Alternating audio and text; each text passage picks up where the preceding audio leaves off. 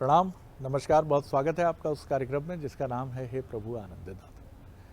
और जैसा हम आपसे बार बार इस कार्यक्रम में कह रहे हैं कि आपके विचार, सुझाव, जिज्ञासा और प्रश्न हमें लगातार मिल रहे हैं। और हमारा जो व्हाट्सएप नंबर है वो है 7000969440। ये आपकी स्क्रीन पर बराबर दिख रहा है। 7000969440। और आज भी एक जिज्ञासा है और एक बहुत ही सुलझे हुए करीब 55 वर्षीय व्यक्ति ने हमें इसे भेजा है छत्तीसगढ़ से। इनका नाम हम नहीं बता रहे हैं क्योंकि मुझे लगता है कि हालांकि इनको कोई आपत्ति नहीं है, लेकिन फिर भी इन्होंने ये कहा है कि मैंने अब तक के अपने 55 वर्ष के जीवन में अपने को एक मूड ड्रिवन पर्सनैलिटी के तौर पर देखा है। मूड आया तो ये खाना है, पनीर की सब्जी खानी है। मूड आया तो ये उपन्यास पढ़ डालना है। मूड आया तो काम निपटाते ही चले गए ऑफिस में। नहीं मूड आया तो बोला आज मूड नहीं। कई बार इन्होंने कहा कि यहाँ तक मूड के चक्कर में मैंने पूजा तक में कटौती की है, डंडी मारी है उसमें। उन्होंने कहा आज मूड नहीं है, लंबी पूजा नहीं करेंगे। ये कहते हैं कि अब उम्र के इस पड़ाव में जो चौथे चरण की शुरुआत हो चुकी है मेरी, तो मुझे लगता है कि मैंने ज़िंदगी का एक बड़ा समय मूड नाम के इस तथाकथित अपने ही भीतर समाहित एक ऐसे स्वरूप को, जिसको ना मैं ठीक से जानता हूँ, पहचानता हूँ, बस मैंने सामाजिक परिवेश में इस शब्द को सुना और अपने बाल्यावस्था से थोड़ा आगे तरुणाई में ग्रहण कर लिया और मूड करके बहुत सारा ठीकरा या तो आज मैं इस मूड नाम के स्वरूप पर फोड़ना चाहता हूँ और या अपनी विफलता के लिए इसको जिम्मेदार ठहराना चाहता हूँ। तो ये जानना चाहते हैं कि आखिर ये मूड हमारी कमज़ोरी है, हमारा प्रमाद है, हमारा भावनात्मक असंतुलन है, हमारी कमज़ोरी है, मूड नहीं हो रहा है।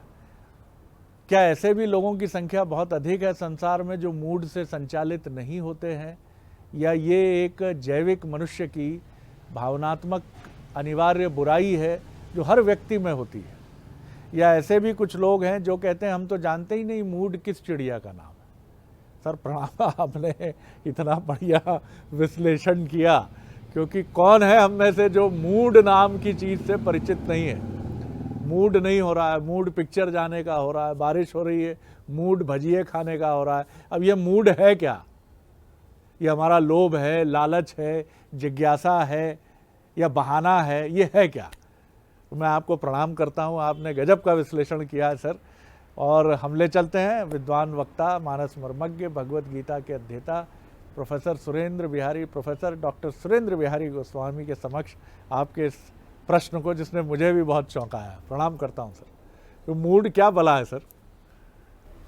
देखिए, इन्होंने एक अच्छा शब्द दे दिया है और वो शब्द जिसको प्रचलित रूप में सभी लोग जानते हैं, और अंग्रेजी का वो शब्द मूड जो है, हाँ, वो उन्होंने दे दिया है। मूल रूप से मूड का अर्थ होता है मन, जिसमें इस मूड और इस मन के भरोसे जो है संपूर्ण संसार इसी से है। ये चूंकि चिंतक हैं, जिज्ञासु हैं, हाँ, विश्लेषण करने वाले हैं, आत्मनिरीक्षण किए हैं इन्होंने अपने आप को, तो ये व्यक्त कर पा रहे हैं शब्दों के माध्यम से। लोग अव्यक्त करते हुए भी व्यक्त रहते हैं। बहुत सारे लोग पराधीन होते हैं, वो अपने मन का नहीं कर पाते, और जिनको भी अवसर मिलता है वो सबसे पहले मन का करता है, यानी जैसा मूड हो वही करना पसंद करता है। मूड मन ही है, मन ही है। मूड का अर्थ ही होता है, मूड को आप इस रूप में समझिए, इंद्रियां जो है वो अपने जिज्विषाओं को उत्पन्न करती है आपके अंतर्चित्त में, जो वासनाएं बनकर आपके मन के पास पहुंचती हैं खबर करने के लिए। संचार तंत्र से इंद्रियां, रसना ने अपना मन बनाया और रसना ने कहा अभी तो कुछ नमकीन खाना है, अब भोजन की थाली रखी हुई है, लेकिन आपने कहा नहीं अभी भोजन नहीं करना, वो मूड नहीं, कुछ नमकीन लाओ वो खाएंगे। तो आदमी बोलेगा भाई ये क्या बात हुई, भोजन का समय है आप भोजन नहीं करेंगे? बोल रहे हैं नहीं बोले मेरी इच्छा तो कुछ भजिया खाने में तलिए वो खाने की, फलाने, भोजन करने की इच्छा नहीं। आपने इच्छा शब्द का उपयोग किया, मूड शब्द का उपयोग किया, मन नहीं है शब्द का उपयोग किया। इंद्रियों के वशीभूत होने के लिए वासनाओं की बाह्य श्रृंखला जब आपको जकड़ लेती तब आप मूड के भरोसे हो जाते हैं। श्रीमद् भागवत में एक सुंदर वृतांत आता है। वृद्ध महतारी अपने युवा पुत्र से कहती हैं, कपिल से देवहूति, कि बेटा संसार के सब सुख भोग लिए मैंने, सब सुख। 3 बच्चियां थी, तीनों बच्चियों की 9 बच्चियां थी, 9 बच्चियों की मैंने शादियां कर दी, अच्छा समग्र परिवार हो गया, करदम ऋषि जैसे ऋषि की पत्नी होने का सौभाग्य मुझे मिल गया, साक्षात भगवान के अंशावतार तुम आ गए कपिल यहाँ पर। तब भी मेरी इंद्रियां मुझे बाधित करती है, मेरे मन को, अर्थात अब भी मैं अपने मूड पर निर्भर हूं। अब भी। अब सवाल यह है कि उस मूड का आप प्रतिपालन अपनी इंद्रियों से या अपने परिवेश से करा लेते हैं तो आप प्रसन्न हो जाते हैं, और नहीं करा पाते हैं तो आप दुखी हो जाते हैं। दादाजी की इच्छा है आइसक्रीम खाने की, तो अपने पोतों से कह रहे हैं, बेटा आइसक्रीम ला दोगे क्या? बेटों ने मना कर दिया है, डॉक्टर ने मना किया हुआ है। बहुओं से कह रहे हैं, अगर उनको उस उम्र में 90-95 साल के दादाजी आइसक्रीम को ऐसा चूसते हुए मिल गए तो उनकी बड़ी प्रसन्नता हो जाती है। वो उनका मूड जो था वो आइसक्रीम खाने का था। मूड एक बलवती इच्छा है, मूड एक बलवती इच्छा है जो वेग से आपको प्रभावित करती है, चलते हुए आपको रोक देती है। आप कहते हैं मूड नहीं है अभी जाने का, आपकी कर्मशीलता को बाधित कर देती है मूड, आपको अकर्मण्य भी बना सकती है मूड। वाह वाह वाह वाह। अगर अध्यात्म की भाषा में कहें तो मूड को हम लोग मूड ही कहेंगे। हाँ, मूड। वाह वाह वाह, बहुत सुंदर बात है, बहुत सुंदर बात है। वाह। ये जो अंग्रेजी का शब्द मूड है वो आपको मूड बना देती, मूड, जरठ, जड़वत रोक देती है आपको। एक ऐसा हठ आपकी मूर्ता में शामिल हो जाता है कि आप चलते हुए गतिशीलता को बाधित कर देते हैं, रुक जाते हैं। मूड नहीं। एक बहुत अच्छा दृष्टांत है जिस पर कभी अपनी चर्चा हुई हो तो भी इस प्रसंगवश उस दृष्टांत को समझना पड़ेगा कि मूड आपके जीवन को क्या करता है। ये समझना पड़ेगा मूड जीवन को क्या प्रभाव डालेगा। अब आप देखिए, 4 मित्र हैं, गांव में रहते हैं, बेरोजगार हैं, गांव से बाहर जाना चाहते हैं, पास में पैसे भी नहीं हैं। तय करते हैं कि कौन बस ट्रेन में जाए, ये इतनी बड़ी बावली गंगा बह रही है, इसको पार कर लेते हैं और पार करके उस किनारे चले जाएंगे, परली पार, उधर शहर मिल जाएगा। तो बोले परली पार जाएं कैसे? उफान लेती हुई गंगा है, नाव में बैठना होगा, नाविक पैसा मांगेगा। अरे बोले चुपचाप रात के अंधेरे में आ जाएंगे, किसी की भी नाव उठा के चले जाएंगे, वहां छोड़ देंगे। अब चारों जो हैं उस काली घनी अमावस्या की रात को आते हैं दौड़ते भागते, तट पर रखी हुई एक नाव पर बैठते हैं और चप्पू चलाने लगते हैं। चप्पू चलाने लगते हैं, नाव चलने लगती है, परस्पर बात करते रहते हैं, देखो अब आने वाला है, अभी इतना पहुंच गए, इतनी दूर पहुंच गए। कोई सोने लगता है, कोई जगने लगता है, कोई हाहा ही करने लगते हैं। वो लोग मध्य रात्रि से भोर तक 3-4 घंटे यही काम करते हैं। भोर होती है तो तट पर एक व्यक्ति खड़ा दिखता है। उन्होंने कहा किनारे आ गए, देखो ये तट आ रहा है। वो आदमी कहता है भैया अब मेरी नाव से उतरो। बोले आपकी नाव से? बोले रात तुमने सोने नहीं दिया, पूरी रात मेरी नाव में बैठ के तुम लोग चप्पू चलाते रहे। अरे तो बोले रात भर चप्पू चलाए, लेकिन हम गए कैसे नहीं? अरे बोले खूंटे से बंधी थी ना। मूड खूंटा है। यत्न जो सारे विफल हुए और हुई न नैया पार, और मैं के खूंटे बंद रही जीवन की पतवार। मूड खूंटा भी है, मूड अहंकार भी है, मूड प्रभावी इच्छा भी है, मूड मूर्ता भी है, और मूड मन का एक आवरण भी है। वही विक्षेप है, वही आवरण है, वही मैल है। तो अब इनको उम्र के इस पन पर अपने उस मूड में किए हुए सारे कृत्य ध्यान आ रहे हैं, और ये अब आत्मचिंतन करना प्रारंभ कर चुके हैं। तो इनको इस बात का खेद भी है, क्षोभ भी है कि मैंने अपने मूड के फेरे में पढ़कर, अपने मन के फेरे में पढ़कर कितनी चूक की, कितनी प्रक्रियाओं से वंचित रहा, कितने जीवन के आनंद विस्मृत कर दिए। मूड स्वार्थ का खूंटा है, मूड एकल है, स्वार्थी है। आपका मूड, आप रह परिवार में रहे हैं लेकिन मूड आप अपना चला रहे हैं। मेरी इच्छा ये होना चाहिए, तो लो, तुम्हारे लिए पूरा परिवार सफर कर रहा है, तुम्हारे लिए पत्नी, तुम्हारे लिए बच्चे। तो मूड जो है आपकी तानाशाही व्यवस्था का प्रतीक भी हो सकता है सक्षम होने पर। बिल्कुल आपने ठीक कहा। और परिवारों में अक्सर पिताजी का मूड ठीक नहीं है आज।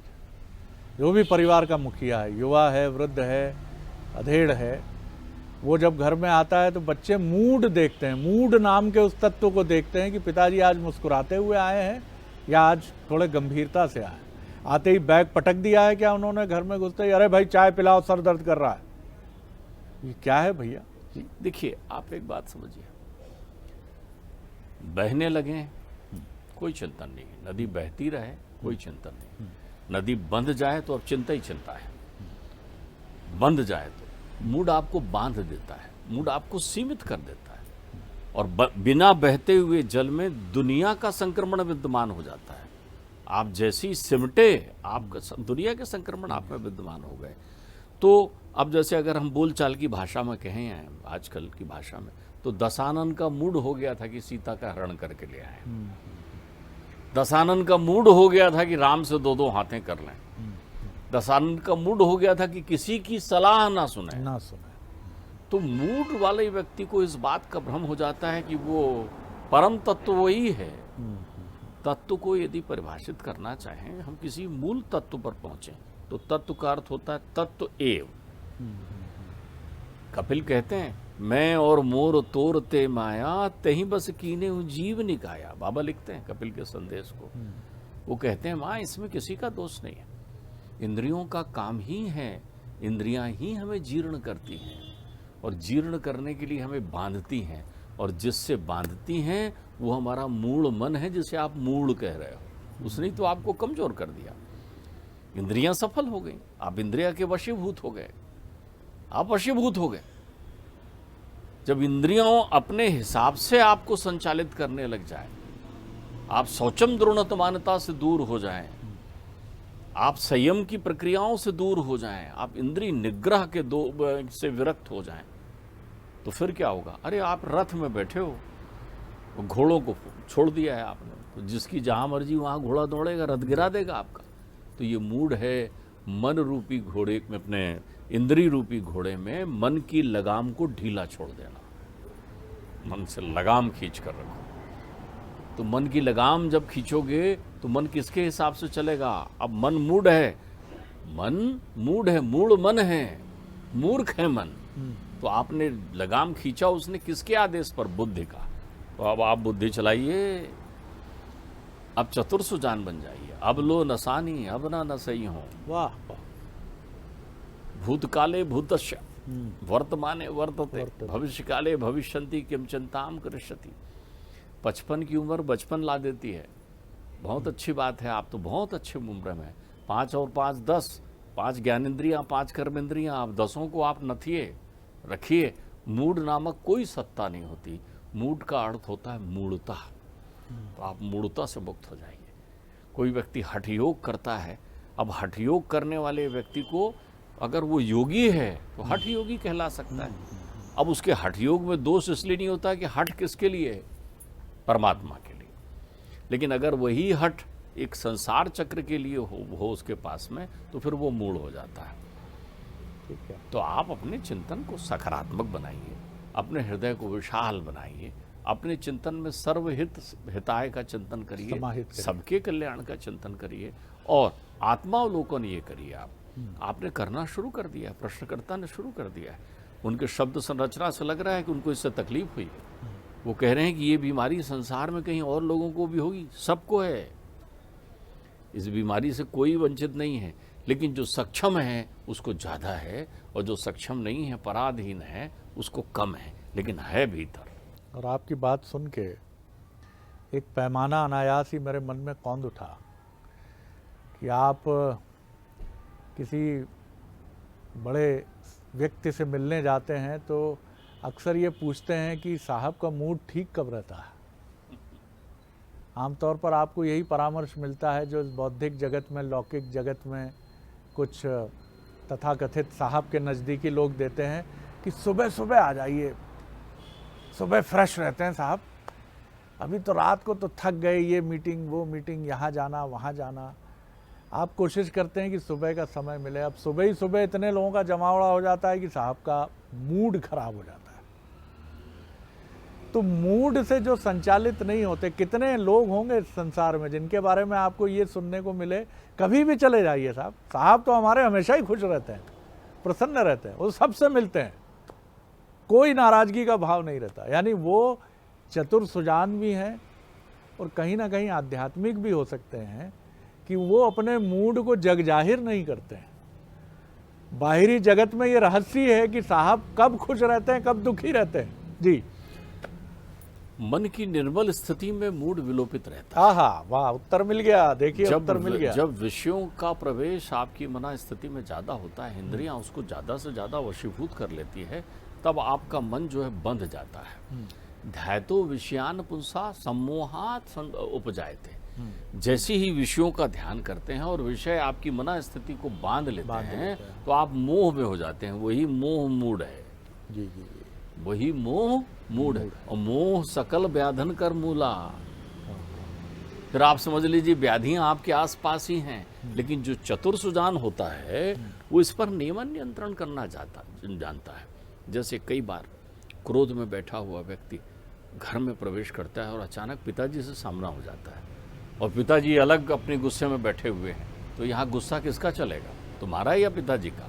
तो वो अपने आप को, अपने शब्दों को बड़ा तिरोहित करेगा और अपना संयम करता है। जी पिताजी मैं कर दूंगा, तुमने कल भी ये काम नहीं किया था, तुमने परसों भी नहीं किया था, तुम ऐसे ही हो, अब तुम तो चले आ रहे हो तनाव में, लेकिन पिताश्री के सामना कर रहे हो ना, तो संयम की कितनी पराकाष्ठा है कि वहाँ आप अदब से सुधार, जी पिताजी, जी पिताजी। और कक्ष में गए रनवास में, अपने जैसी पत्नी ने कहा कल तुम चुप रहो, कल कहा था, परसों कहा था, क्यों? तुम्हें वहाँ मालूम है कि अब मैं यहाँ उगल सकता हूँ, लेकिन वहाँ नहीं। तो मूड जो है मर्यादाओं का हनन भी करता है। मूड चूंकि आप उस समय विषयाशक्ति के फेरे में, इंद्रियां आपकी निग्रहित नहीं है, तो मूड कुछ नहीं है। मूड के लिए आप एक और शब्द का उपयोग कर सकते हैं। मन से एक आनंद की उत्पत्ति होती है। आनंद जहाँ रहता है उसको मन ही स्थान कहते हैं। मन में ही आनंद की अनुभूति होती है। लेकिन मन में आनंद की अनुभूति कब होती है? जब मन निर्मल होता है। और मन यदि विषयों के आगोश में होता है तो मन में मजा आता है। मजा शब्द जो है वो मैल का प्रतीक है।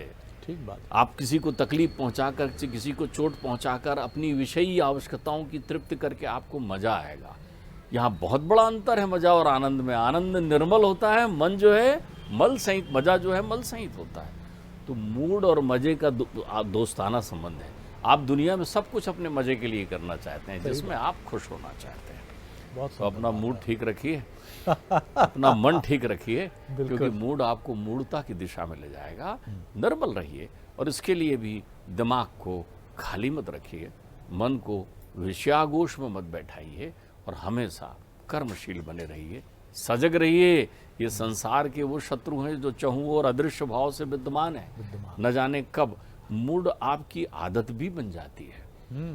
आदत प्रतिकूल शब्दों में प्रयोग किया जाता है। किसी को शराब पीने की आदत है, किसी को पान खाने की आदत है, किसी को झूठ बोलने की आदत है।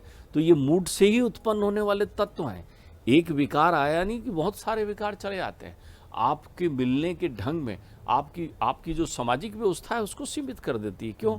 आपका मूड जिससे करता है उससे आप मिलोगे, और आपका मूड किससे मिलने करता है? जो आपको तृप्त करता हो, जो आपके हिसाब से रहता हो। फिर आप बहुत सारे उन लोगों से नहीं मिल पाते, फिर आपके लिए अंगूर खट्टे और आंगन टेढ़ा भी होने लगता है। इसलिए मूड से मुक्त रहिए। मूड को कहिए भाई साहब आप मेरे मन को बांधने का प्रयत्न मत करें, स्वस्थ रहिए, प्रसन्न रहिए और आनंद में रहिए। बहुत सुंदर बात है। और प्रोफेसर गोस्वामी जी के इस चिंतन से मैं ये भी सोच रहा हूँ कि जो मूडी कहलाते हैं, मूडी हैं, कई रचनाकारों के लिए ये कहा गया, गायकों के लिए कहा गया, अदाकारों के लिए कहा गया, मूडी है।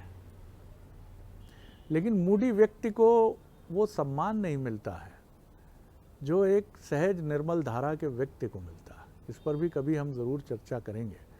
और मूडी व्यक्ति जब अपने मूड से संचालित आचरण करता है तो ये जगत के समझदार लोग उसको कैसा देखते होंगे, बेचारगी से, कितना बेचारा है।